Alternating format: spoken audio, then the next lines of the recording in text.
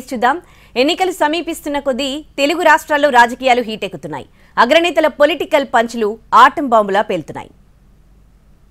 మేమంతా సిద్ధం బస్సు యాత్రలో సీఎం జగన్ మాటలు తూటాల్లా పేలుతున్నాయి. కూటమి హామీలపై జగన్ సెటైర్లు వేశారు.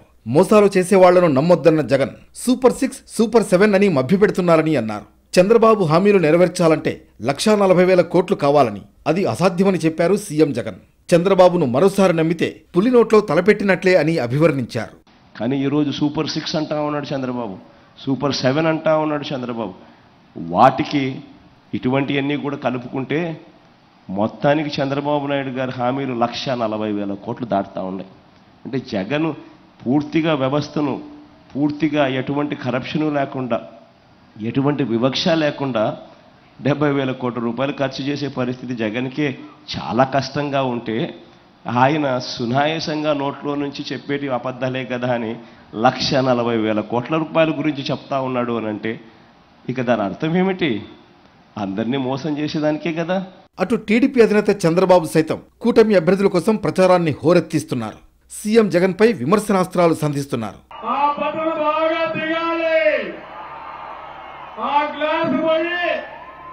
జగన్మోహన్ రెడ్డి గుండెల్లో నాటుకోవాలి. మనకు నాయకులు కావాలి. జగన్మోహన్ రెడ్డి డబ్బులు కావాలి.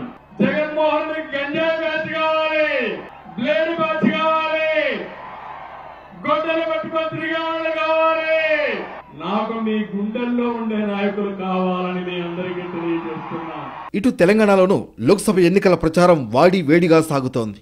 ముఖ్యమంత్రి రేవంత్ రెడ్డి కొడంగల్లో క్యాంపెయిన్ నిర్వహించారు. బీజేపీ నేత డీకే అరుణపై ఫైర్ అయ్యారు. కాంగ్రెస్ లో అన్ని పదవులు అనుభవించి బీజేపీలోకి వెళ్లారన్నారు.